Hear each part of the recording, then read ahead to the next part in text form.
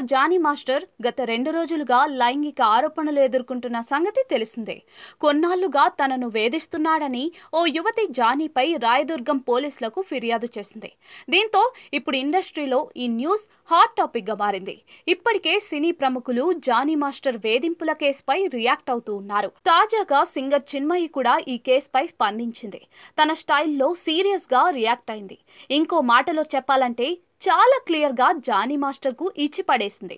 సామాజిక అంశాలపై, అందులోనూ ఆడవాళ్లపై జరిగే అఘాయిత్యాలపై చాలా స్ట్రాంగ్ గా కొట్టినట్టు సోషల్ మీడియా వేదికగా రియాక్ట్ అయ్యే చిన్మయి జానీ మాస్టర్ వివాదంలోనూ అదే చేసింది. నివేదిక ప్రకారం ఆ అమ్మాయి మైనర్ గా ఉన్నప్పటి నుంచే జానీ మాస్టర్ ఆ అమ్మాయిని వేధించడం ప్రారంభించాడు అనుకుంటా అంటూ ఈ ఇష్యూపై ఓ సుదీర్ఘ ట్వీట్ చేసింది చిన్మయి.